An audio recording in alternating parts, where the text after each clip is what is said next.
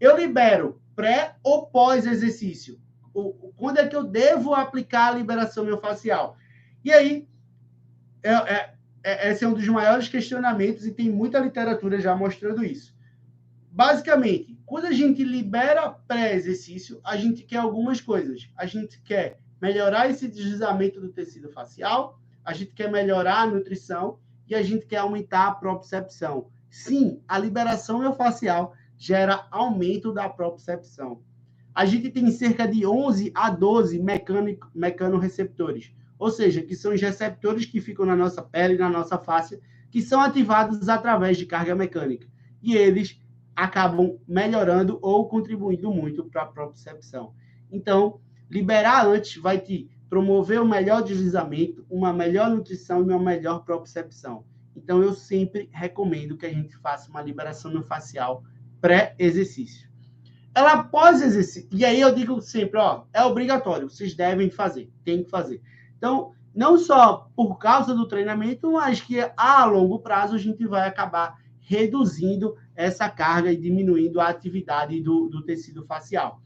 E aí, pós-exercício, qual a ideia de trazer essa liberação pós-exercício? É simplesmente para fazer com que o tecido ele volte faça uma volta calma, né, para aquele tecido, e ele também contribui para a redução da DMIT, né, que é a dor muscular de início tardio, ou muitas vezes alguns autores já têm considerado que é dor facial de início tardio, né, porque parece que essa dor ela não se dá muito no músculo e sim no tecido facial. Então, a liberação pós-exercício contribui muito para a DMIT, né, para a dor muscular de início tardio. Não tem muita diferença entre fazer pré e pós, pensando na densificação, pensando na promoção da saúde do exercício, da atividade, porém, se a gente faz pré, a gente prepara o aluno melhor para aquela atividade. E aí, tem algumas diferenças entre a gente fazer pré e pós-atividade. A primeira delas é a velocidade que eu aplico à liberação miofascial. Quando eu estou pensando em pré-exercício, eu preciso aplicar uma liberação um pouco mais rápida, basicamente nessa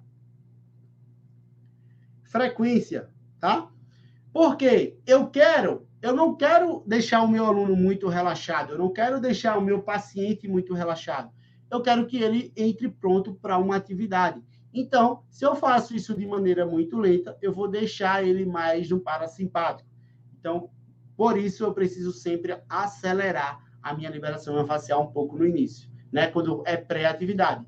Pensando em pós-atividade, ela pode ser muito mais lenta, porque eu quero sim que ele chegue naquele nível parasimpático, que ele dê uma relaxada. Então, a principal diferença entre pré e pós é basicamente a velocidade. Existem algumas coisas também, por exemplo, sobre o tempo. Os estudos têm mostrado que liberações de 10, 20 segundos e liberações de 2 minutos, elas trazem o mesmo resultado. Se a gente for falar de deslizamento, se a gente for falar de informação sensorial e de nutrição do tecido. Então, a gente não vai ter mudança em quanto ao tempo.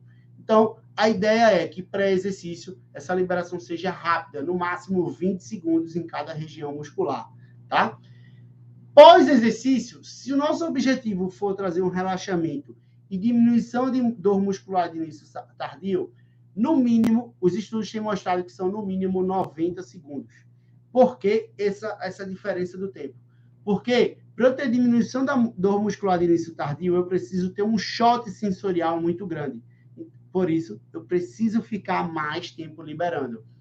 E parece que esse shot sensorial, a gente fica assim, eu treinei posterior de coxa, eu preciso liberar só o posterior de coxa.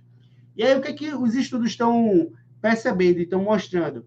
Que, na verdade, a liberação miofascial ela tem um efeito quase que global. Quando eu libero, eu diminuo toda a atividade sensorial do meu corpo, né? Eu tenho uma baixa parasimpática total. E aí, eles perceberam que eles colocavam dois grupos, né? Faziam um treino unilateral de posterior de coxa, e aí todos os dois grupos faziam um treino unilateral de posterior de coxa, um liberava o lado treinado e o outro liberava o lado não treinado.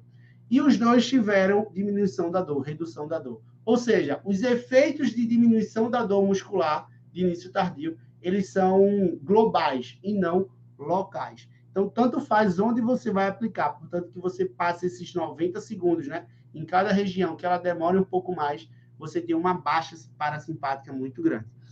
Como eu falei para vocês, em ambas as condições, eu já defendi mais na frente, a carga sempre deve ser muito baixa. Eu não quero criar rigidez para esse tecido, eu quero que esse tecido relaxe a longo prazo. Eu quero que ele melhore o deslizamento dele. E para isso, eu preciso colocar cargas baixas.